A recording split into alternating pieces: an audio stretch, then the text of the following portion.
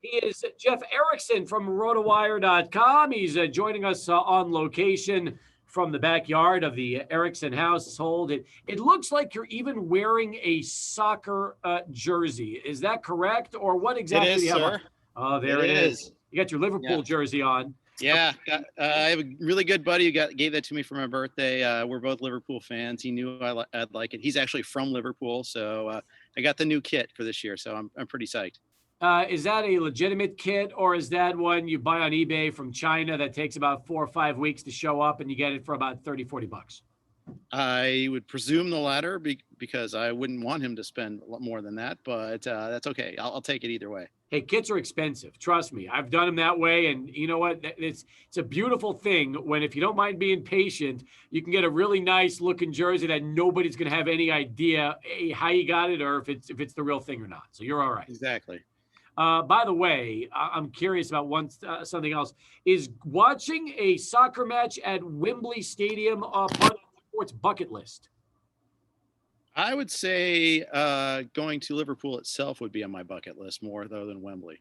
But then again, I would love. I want to go to. I haven't made a trip to England to go see a handful of games. There would be nice. Make it a road trip there, but you have to be in season. That's the tricky part. That's true. That's true. By the way, this is a first tournament final for England since 1966. Jeff, I wasn't even born. I don't even know if you weren't born then either. So that's how long this drought has been, and it sets up what should be a great Euro final on Saturday. Yeah, I can't wait. Really excited about it. Italy has been the class of the tournament, I think. England, although today was the first day that England allowed a goal, but Italy just looks the part, I guess, is what I'm saying. Should be fun to watch, though. It's just, and Italy's run through. Look at who they've beaten too. They beat Spain. They beat Belgium. I mean, those are two amazing squads to get by. Yeah. England's had home field. They've had for all but one game, and that one was really a neutral place to play, and they've had the better side of the draw too. Let's shift it over. We'll talk a little fantasy baseball with you right now. We could probably do the whole soccer segment and you'd be just fine with that, I know. But as far as fantasy goes, we're almost at the All-Star break right now. And I don't know how you've been doing since baseball started cracking down on the sticky stuff, but a lot of dominant starting pitchers, whether it's guys like Lucas Giolito, Garrett Cole, they suddenly look mortal, Jeff. Their strikeout numbers are down. And if you're not named Jake DeGrom, you more than likely are scuffling a little bit as you've trying to adjust to baseball's new rules. Yeah, that hits me really hard. And my two big leagues, the NFBC main event, I have two entries in it. Garrett Cole and Lucas Giolito usually pitch on the same day, and it has not been fun the last 3 weeks. I'm holding on for dear life. Giolito's had one or two good outings, but two really big stinkers, including on Sunday when both really had rough outings. Cole's strikeout rate is way down along with the spin rate.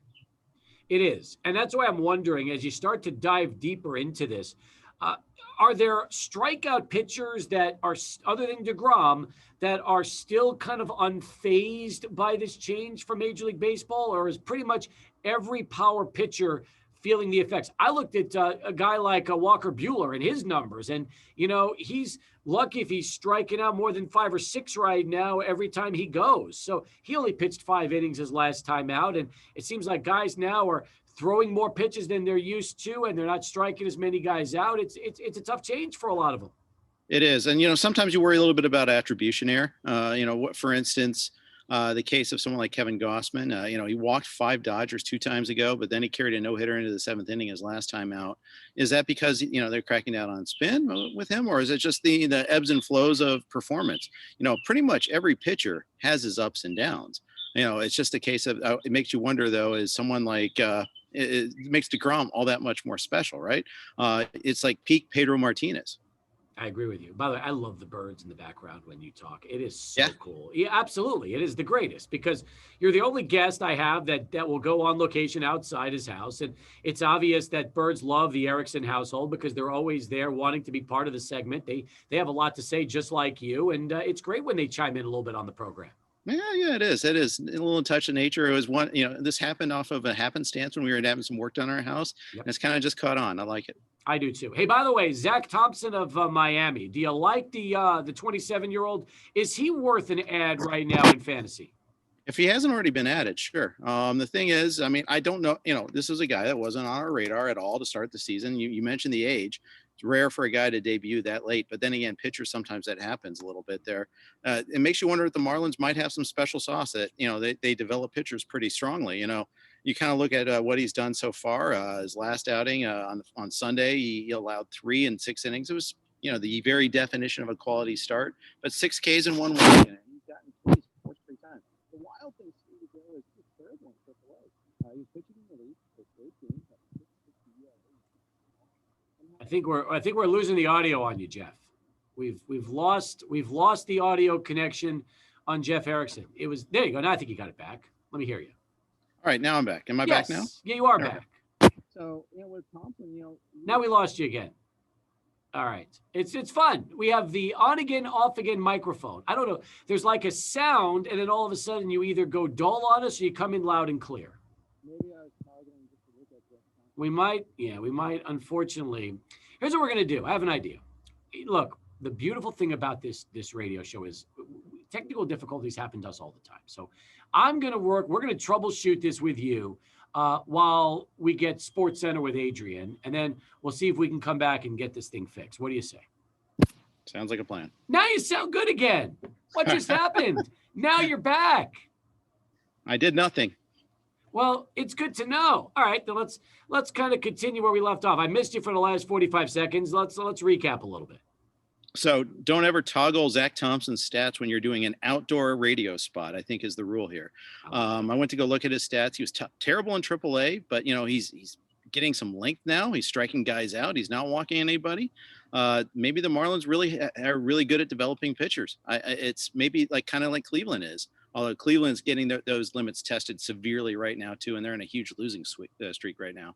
They are, and the White Sox just keep rolling. That's the biggest problem. Is what Cleveland's lost 9 in a row.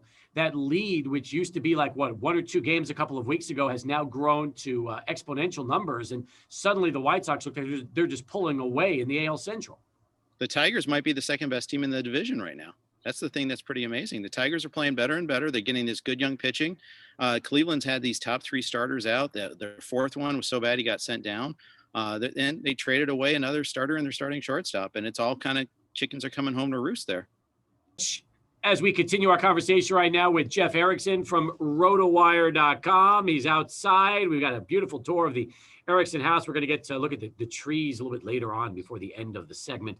Let's talk about some of the breaking news here today. Clayton Kershaw is out with forearm inflammation. That is the official story from the Dodgers. Now, put on the 10-day injured list today. He threw 54 pitches last Saturday, which was shortened by rain. You tell me, do you think that this is something to be very concerned about if you have the 33-year-old in your league, or are the Dodgers just simply trying to be cautious before the All-Star break?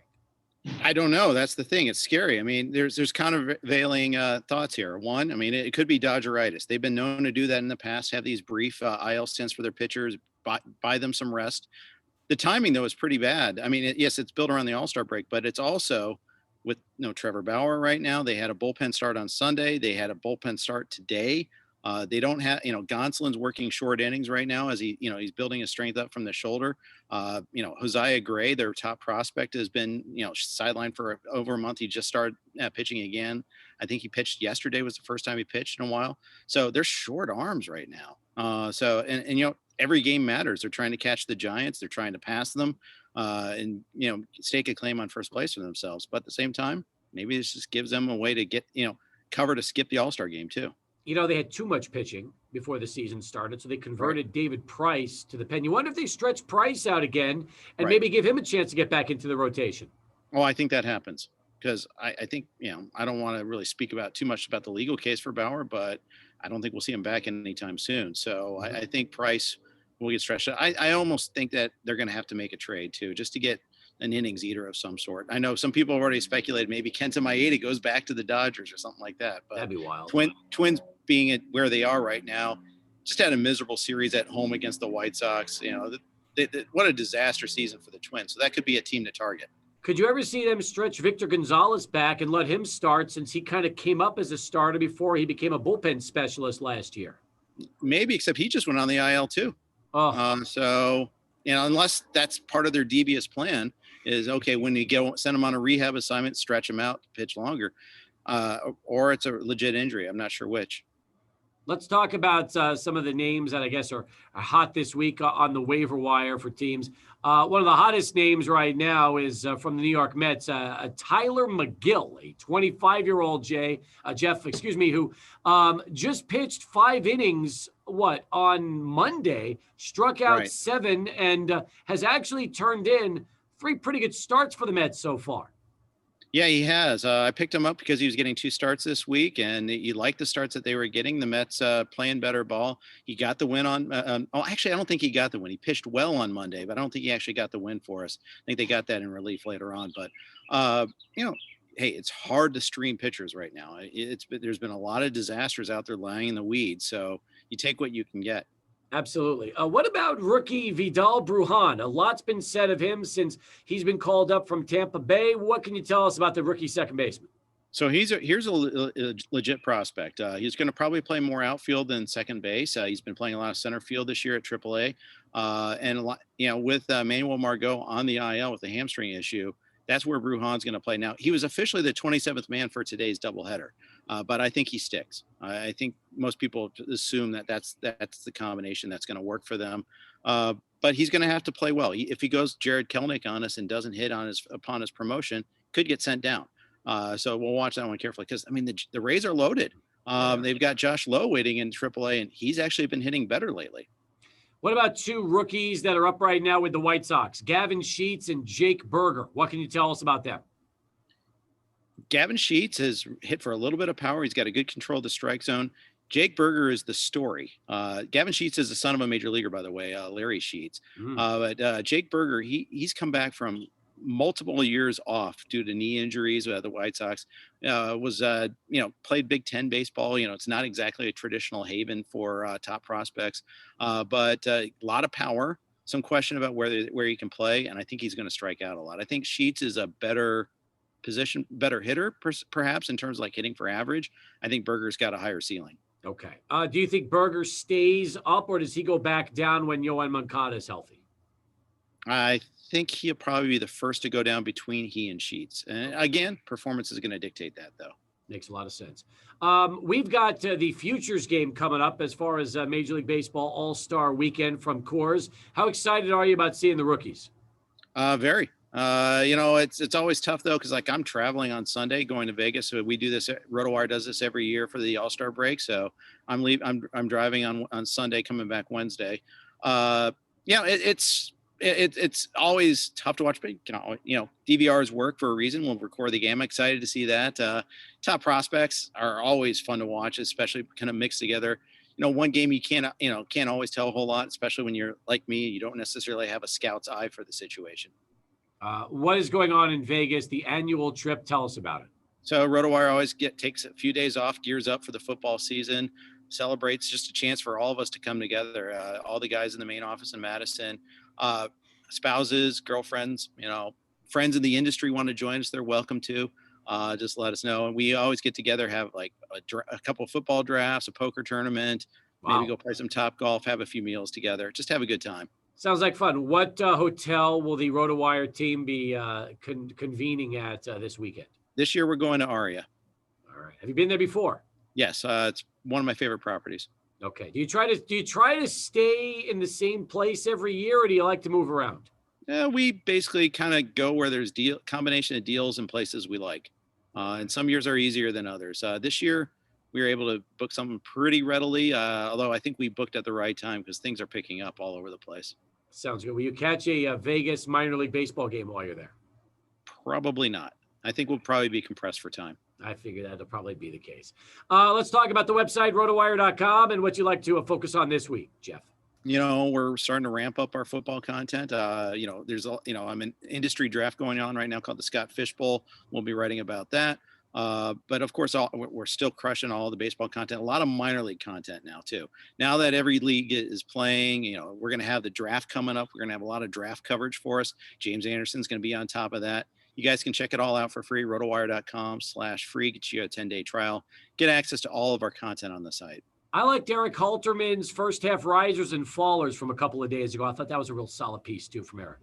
Yeah, absolutely. And he's been doing a great job banging it out for us there. And he does not just MLB, but it is KBO coverage for us still too in year 2. There's still KBO games, so people still play it. So we'll still cover it. I'm looking forward to that. And football wise, you got a lot on the website as well, especially if you're trying to crank up and get your prep started for the football drafts. Yeah, usually when teams start reporting to training camp, that's when people remember, oh yeah, I need to schedule my draft date. So we'll be there for you when you're ready. Fantastic. All right, let's wrap it up and get a tour of the Jeff Erickson zucchini tree and some of the other things that are going on right now at the Erickson household. Absolutely. So I planted a garden this spring. We put in a big zucchini plant over here. Hopefully you can see it. It takes over the plant. There's also a bell pepper there, if you can see that. Oh, wow, look at that. The zucchini's growing really, really well. And I can see we've plucked a few of them already, too. Yeah, strawberries over here, they're kind of coming in. We planted too late on the strawberries, though, so I'm wondering how big they're going to grow. But next year, we'll get a little bit more, and we're going to probably put another one in next spring. I've got an apple tree over here. We've got these citrus trees over there. I've got lemon limes, we've got tangelos, we've got grapefruits, these Asian type. They grow to this huge size, so pretty cool. And we got this camphor tree that gives us tons of shade. And of course, the star of the show is the avocado tree here. Tons of avocados. Probably get about 800 when we get them in. Look at those. Every other year they come in, and it's a great shade tree too.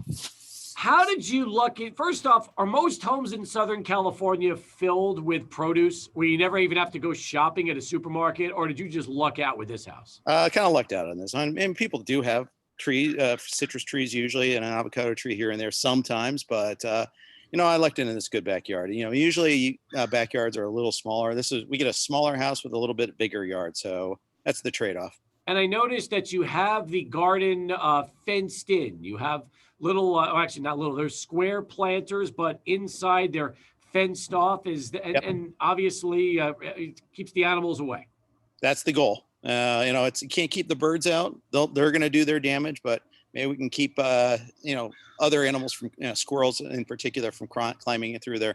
There's probably a way for them to get in if they really, really wanted it, but we'll do our best there. I need to do a gardening segment with Jeff because he would give us advice of when to plant, exactly when's the best time of year to do it. And I'm still learning. Yeah, please. You've got a beautiful setup over there, and you're adding to it. So it's obvious to me that you've probably been getting orders from the wife, and she said, "Listen, Jeff, I want to limit my shopping. Let's grow as much stuff as we can in the house, and then we can save some trips to the supermarket." Well, it's cathartic. And by the way, during the pandemic, everybody planted a garden out here. That was kind of the thing. I mean, we all had time on our hands, and hey, it's one thing you can do that's totally safe. So Home Depot had a run on stuff, I'm sure. This year we planted it in. You should probably plant in January or February. We didn't get it in there till March and April. So next year we'll be on top of it a little bit more. Yeah, but how hot does it get over by you? In the 90s, 80s? What are you dealing with? 90s right now. At its peak, we'll get over 100. Wow. All right. So you're like us, not a lot of difference, but just the only difference is you're not desert. You have a lot of trees and a lot of shade. Oh yeah, but we're in drought. We're in a drought cycle right now, believe it or not. We haven't had rain since April. Great job on the tour. I hope you get some rain. And Jeff, always a pleasure having you join us on the program today. All right. Thanks, Steve.